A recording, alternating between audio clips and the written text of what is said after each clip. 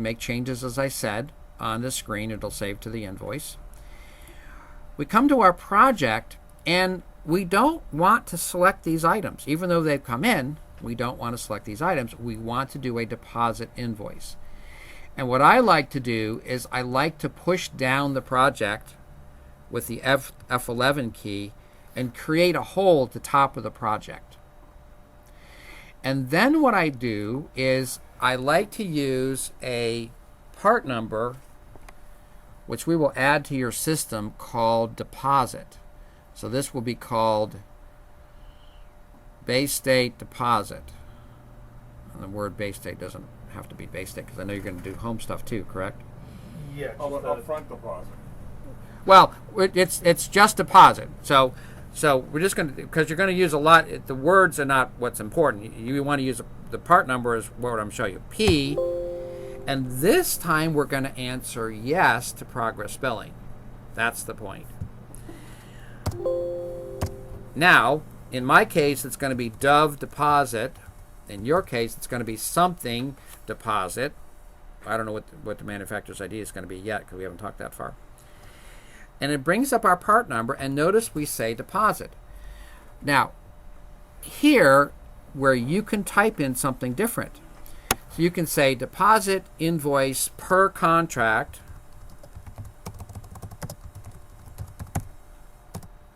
50%, whatever this is. You're not. The language is totally up to you. You have no cost. And this is where you put the invoice amount. Okay. Now, we said 50% deposit, so that might be 50% off of $31,000, or it could be 20%. Depends on whatever you want it to be. In my case, I'm simply going to do $15,000, like so. Okay.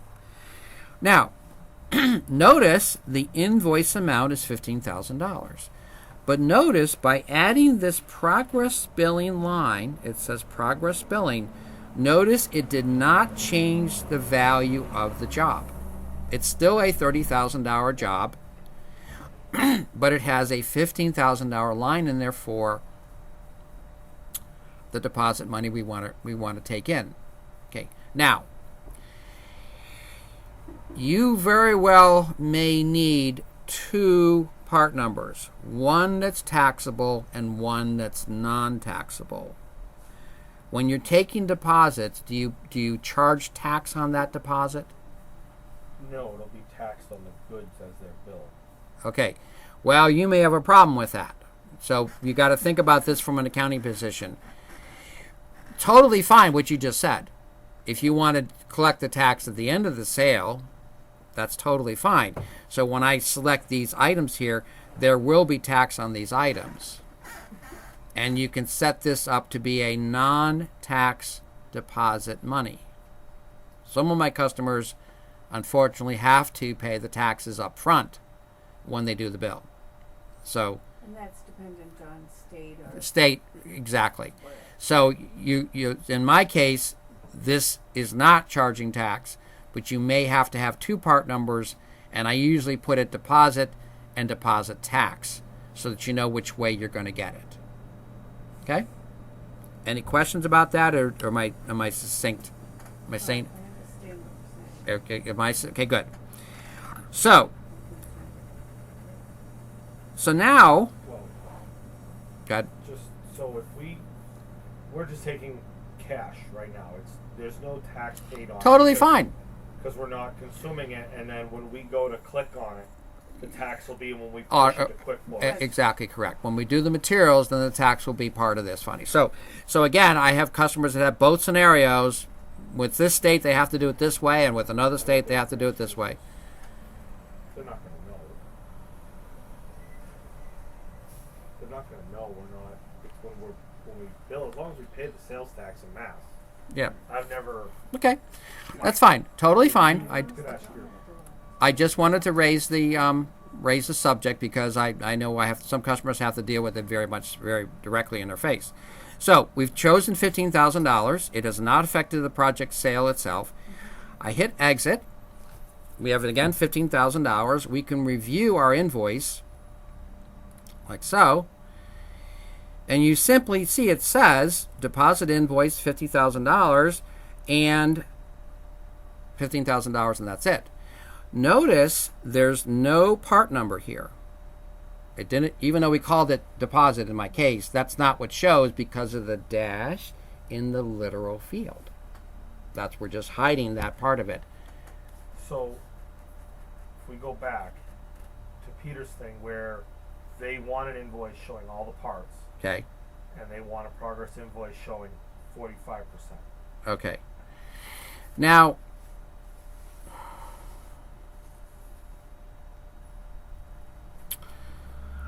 I don't want this on tape. Not that I want to hide it from you, but I want to talk about it off tape because I want this recording to be very specific. So, for that customer that needs to see the line by line of it early in the sale where you actually haven't invoiced it, I would recommend doing a pro forma invoice outside a project system. Take it as a Word file. We can export the quote to a Word file using the export function, and then manipulate that invoice the way exactly you want to put it. In project system, you're going to do simply a one-liner progress invoice referencing, the amount that you want to bill the customer. And then when we're finished with this, we're going to say continue with invoice for that amount, and we're going to build that invoice. Okay. Now, notice you get this question here. I'll wait for Michelle to look up.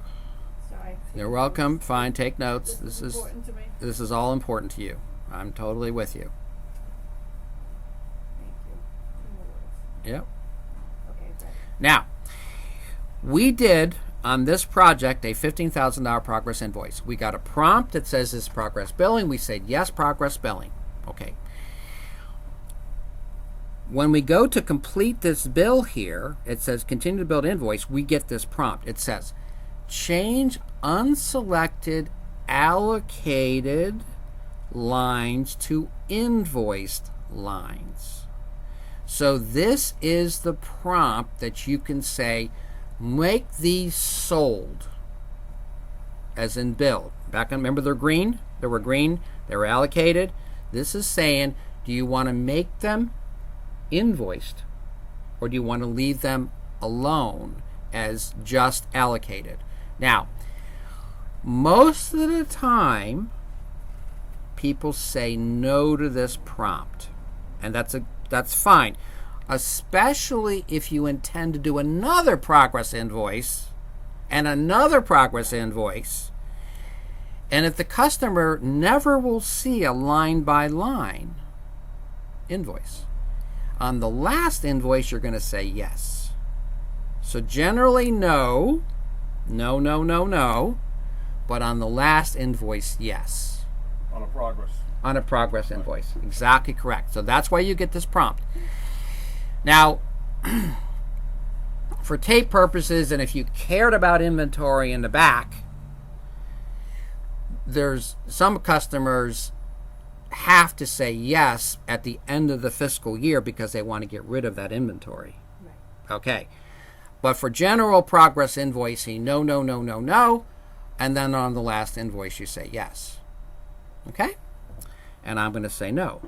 Exactly right. Because when we win the job and we put it into progress, it allocates the stock so we don't see it as inventory. Even though it's still an inventory, Yeah. it's still allocated so we know it's being We used want to stay allocated. Exactly correct. Okay. So exactly right. We want to stay allocated until we're done with it, and then we want to get rid of it. when it leaves the job. Then it Exactly leaves correct. when it leaves Yeah. the shop or the crutch. Now, the next thing that I said would happen is it would come up with a status change. Now, this was that project that originally started as a service ticket, and so it keeps it in the service waiting parts. Notice it did not make it complete. That's what I want you to see. And because we're doing a progress invoice, we would leave this still as a work to do project or as an open service ticket if we knew we weren't done. But we don't make it complete because we're not complete. This is a progress invoice. We're gonna leave it as a work to do project, like so. Or maybe it goes back to waiting parts. The point is it doesn't change. That's the point that you need to be aware of. As a project, we don't make it complete Correct. until it is complete, whereas a service ticket, it's complete. Okay. Now, the next thing is this. This screen here shows you the progress of what the system did on that bill. And notice what it did. It generated an invoice number. It added it to the parts history file. It added to the print register. It added to invoice summary, the commission list, the customer list, and it sent to accounting. Now, it didn't go out, but it's staged to go out. And then it did a couple other things, and then it didn't change status. Okay, why am I talking? Especially in this small office, you may never see an error message come up. That would be a beautiful thing. But if the error message came up here at invoice summary, that means it didn't get to accounting. That's the point of the conversation. It goes all the way through, you're happy cakes, no problem. But if for some reason some crazy error happened at this point, might be mindful of that. That's in order. Exactly. You're on right. You're getting the point here. Now again, I'm making a big deal because it's a big deal. If the invoice doesn't get to accounting, it doesn't get to accounting. Thank you very much. Okay, so the point would be the following. Try one more invoice. And if it goes through, then you just have to deal with the one invoice, as in put it in manually. But if you get another error message that pops up here, you need to call tech support, because then we've got a problem we need to help you with, because there could be a problem with the customer list or the commission list or the invoice summary, print register. All these files could have a possible problem that we need to deal with. Now, I'm making a big deal of this because I had a customer ignore this screen, ignore the error message. And after a month, they called me back and said, none of our invoices are going to accounting. I said, well, did anybody bother calling us about a problem? And they didn't. So this is not a screen to be a dumb bunny on and ignore something that's an error message. Again, you may never see an error message, but this is a screen that's important to understand why and to call support if you're having a problem. Okay. And if, again, for that one invoice that didn't get to accounting, you just go into accounting, drop it in QuickBooks, call it a happy day. No big deal. But if it consistently happens, you got to get on the horn with us and call us. Okay? All right. So, I'm not an ignore error message. I understand. I'm gonna call Brian and panic person. It's broke! Okay. So now, let's continue with this project. If we look at our project right now, you'll notice we have a progress invoice out there, but the product is still allocated. And now we have our invoice right there. There's our invoice right there. And if we want to view our invoice, we can click on this view invoice like so. And then we just hit view or email, hit view, and mark as printed. And there's our invoice again, so we can bring it back up. Okay? So let's do the next invoice. But this time we're going to select the materials and credit the deposit we took before. So again, at the line level, if you go to the item itself, you can put your deposit account here. So this is going to your deposit GL account. It didn't go to revenue, it went to deposit asset account. Okay?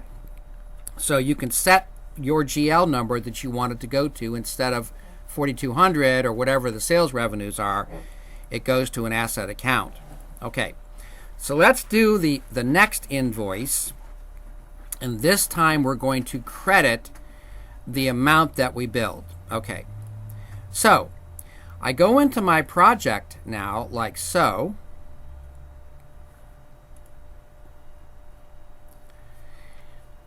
Confirms our billing address. We can select the items we want. Notice we can select, room A you may not want to select, but I could select it. And I could select that scope of work if I wanted to. And all those are selectable. And then I can hit the rest of this project, and I'm just going to hit the auto key like we talked about here. And it's going to select everything. So now we have a $31,000 invoice. So the auto key, the four selects from the Everything. point that you're at now. Exactly correct. Very good point. Thank you. Now, we have this $15,000 deposit we want to credit, correct? Yes. So we go down to the bottom of the project like so. I like making some extra lines, so I added an extra line like that. And then I do that same part number, and this is going to be another progress because we're going to credit the deposit. So yes, this is a progress line. And we say, in my case, Dove deposit, like so, same part number. But then we put the words credit in front here. Credit for prior deposit invoices. Yes? And we put a negative $15,000, just like we did on the positive side. We do in reverse, like so. So now we have a balance invoice left over for your what you're reversing. Now, some customers, again, this is a matter of how presentation. Some customers, they want to see a full invoice, and then you do the deposit as a second time around. You're with me. You're tracking me, right? Okay. They want to see the full invoice, and then you want to deposit the project, credit the deposit on a separate invoice, and that's totally fine. So you see, you've got the flexibility. You could do 100% progress invoices. You can do line by line and then credit. Both of those work totally fine. Okay? And then we're just going to say continue. We can preview our invoice again like we did before. You see, in this case, the scope of work is on there because I selected the scope of work. I've got all my lines as I selected, just like that. This is a 2-pager because we had a second page. So we just copied that project. So it did all the things I said it would do. Okay? And there's your credit, just like that. So you've got full control. It mathematically makes sense to the customer. It mathematically makes sense to QuickBooks. There's no negatives here. Okay?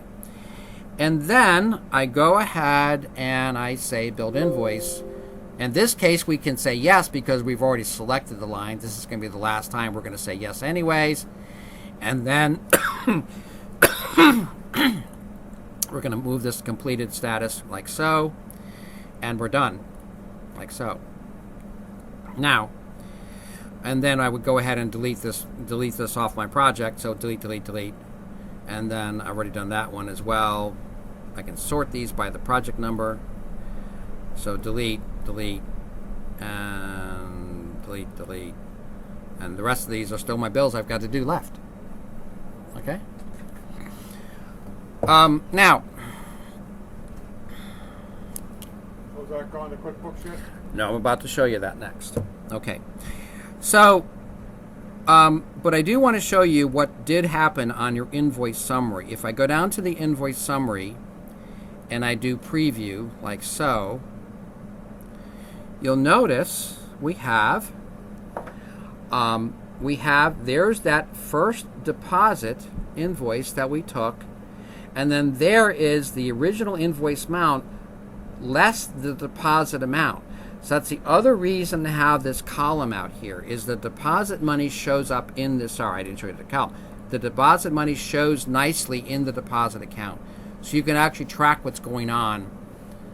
Okay, so that was the original first invoice, which was just the deposit, and then this was the credit of that deposit showed up like so. So you're doing a progress invoice. Yep. And it's $45,000. Yep. And you're gonna bill out $25,000. Again, you just put the portion that you want. You put the amount you want. If you're only going to...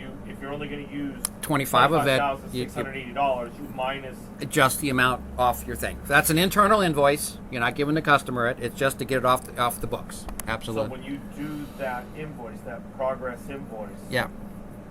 that instead of just putting the blank 15,000, You put exactly what you want it to be. Okay. Yeah. You've got control.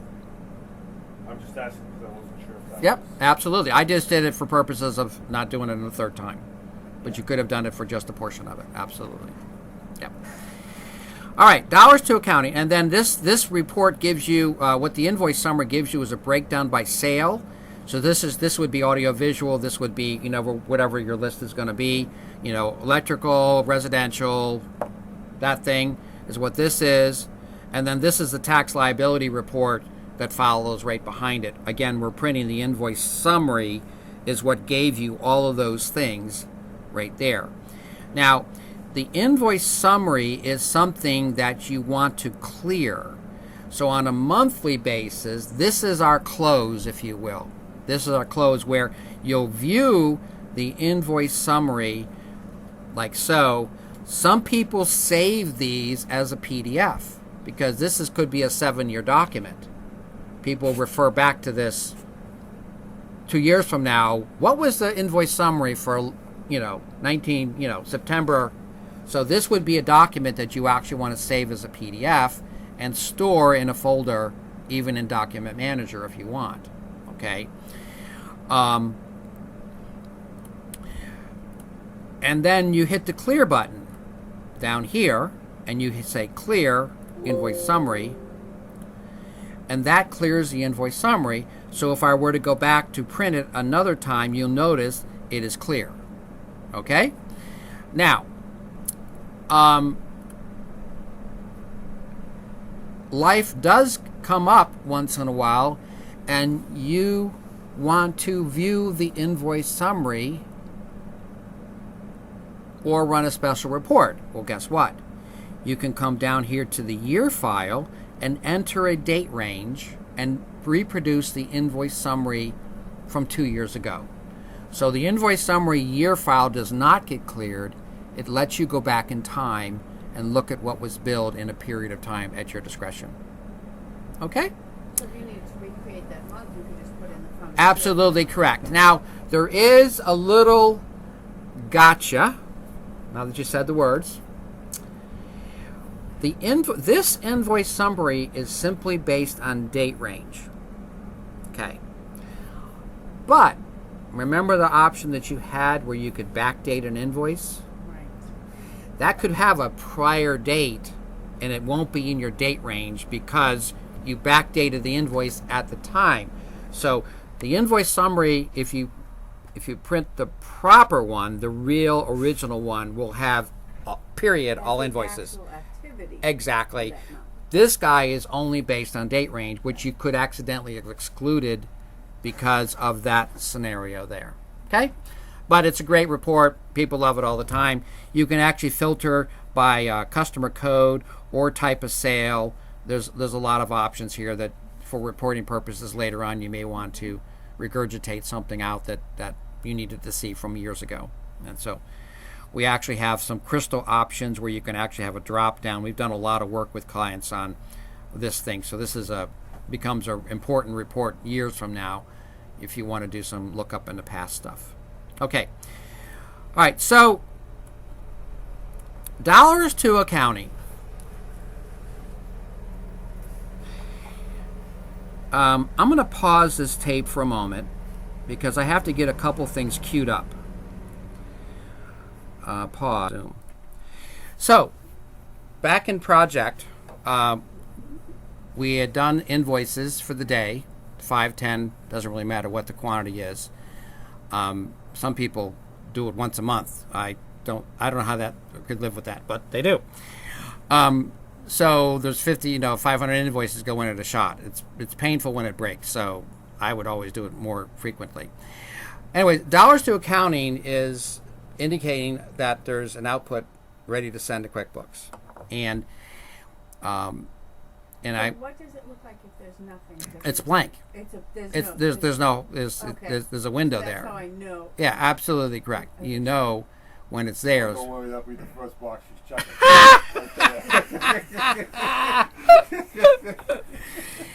So what happens is you click on this prompt here, button, and it gives you a prompt. Continue to send to QuickBooks accounting system, and we say yes, and we would not get any error messages. So hold on a minute. I'm going to pause. Zoom. I hit my dollars to accounting button. And we say yes, and it goes away. Okay, where did it go? Okay, so what it did was, in my scenario, it created a file in my Project W folder called import.iif. Okay? Now we're going to put that file in your system. We're going to create a folder in your system. It's going to be called, right-click new,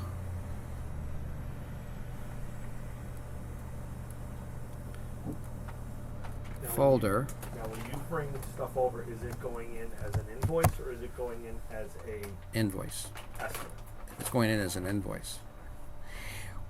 We created a folder here called C:\DovNet Project W Accounting, and in that folder will be your import.iif.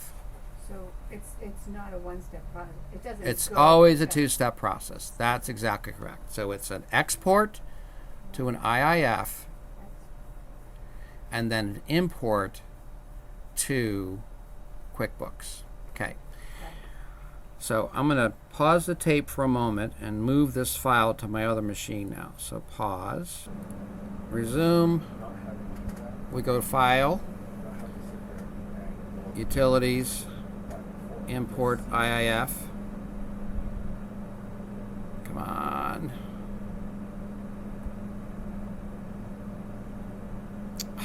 Man. Oh, I know what's going on. I know what this is. This is, it can't find my machine. That's what this is, because my machine is not there right now. Resume. I'll go back to your system. So we've chosen the IIF file, and then we just say open, like so. And that's what you normally get, right there. Import data complete. Now, you could get error messages, and if you get error messages, you just call us, and we'll work through that.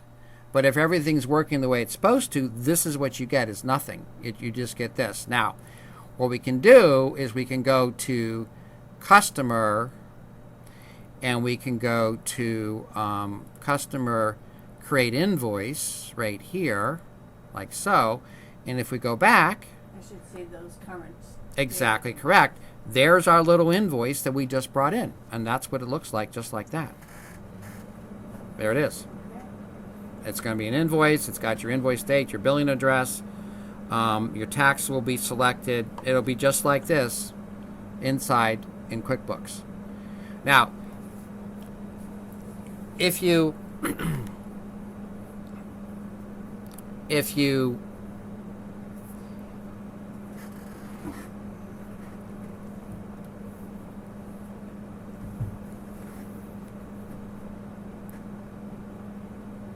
if the customer wants a cosmetic edit to the invoice, not financial, just a cosmetic, the periods, the wrong place, commas, stuff like that, you can make those edits in my system. So I can come over here to this guy, and I can come down to this invoice that we just looked at inside QuickBooks right here, and I can make an edit, and I can actually edit the commas, and make the address or put a PO number. You've got edit functionality here, and then you can just hit the save button and just reprint it again. Okay. If there's a financial edit, then you have to make a decision, how far do I go? because it might be simpler to just delete the invoice, and then you would delete it on QuickBooks side as well. So you have to make a decision: how much work do I want to do, or do I want to resort the project back to its original state and rebill it? Stuff happens. Okay? So my choices are either change in both places. Exactly. Or delete. Or exactly correct. Yes. Because remember, there's an invoice summary down here that you want to be accurate as well. And again, it might be simpler just to delete the invoice, because then it deletes the invoice summary, it deletes the commission list, it deletes all those places, and then just redo the bill Redo and resend. and resend. Yeah. So that really is a more accurate way if you're looking at the project summary. Exactly correct. Yes. If you care about project summary, the more accurate thing would be just to delete the invoice in both places and redo it. Right. Now, you've got the scenario, the tax credits after 90 days and all that stuff. I can't. Right, but if it happened on Tuesday that we invoiced and I sent it, and on Thursday They fire said back to at me, you. You know what? I didn't put that part in, and the customer's complaining. Delete invoice is a simple answer, and then come back and fix it. Project system will restore the project to the prior state, Got it. i.e. not billed, allocated, not billed, and then you can just go back and do it. So the delete is A better for the scenario. projects. And then don't tell me you didn't delete the invoice, because I have a little log file here that says somebody deleted an invoice. Where did that invoice go? And that's the first place I go to, because I didn't delete that invoice, and your signature's sitting right there. But anyways, not to be cute about it. I will always log in as Brian, so Brian. There you go. So, there you go. Anyways, there's your delete. There's how it's back in my system here. You see the invoice is sitting right there. You can apply money just like you could before. So, Normal way. you just the normal way. You come over here to receive payments, and then you enter your this, and you drop down. Everything works the normal way you're going to get it. Okay, so that's not a problem. Now, the other side, I know you got to leave now. I think you guys got the accounts receivable module, right? Accounts payable module. I think so. Let me look. I'll pause the tape, because we don't. If the tape is done, actually, we're done with the tape. Pause tape.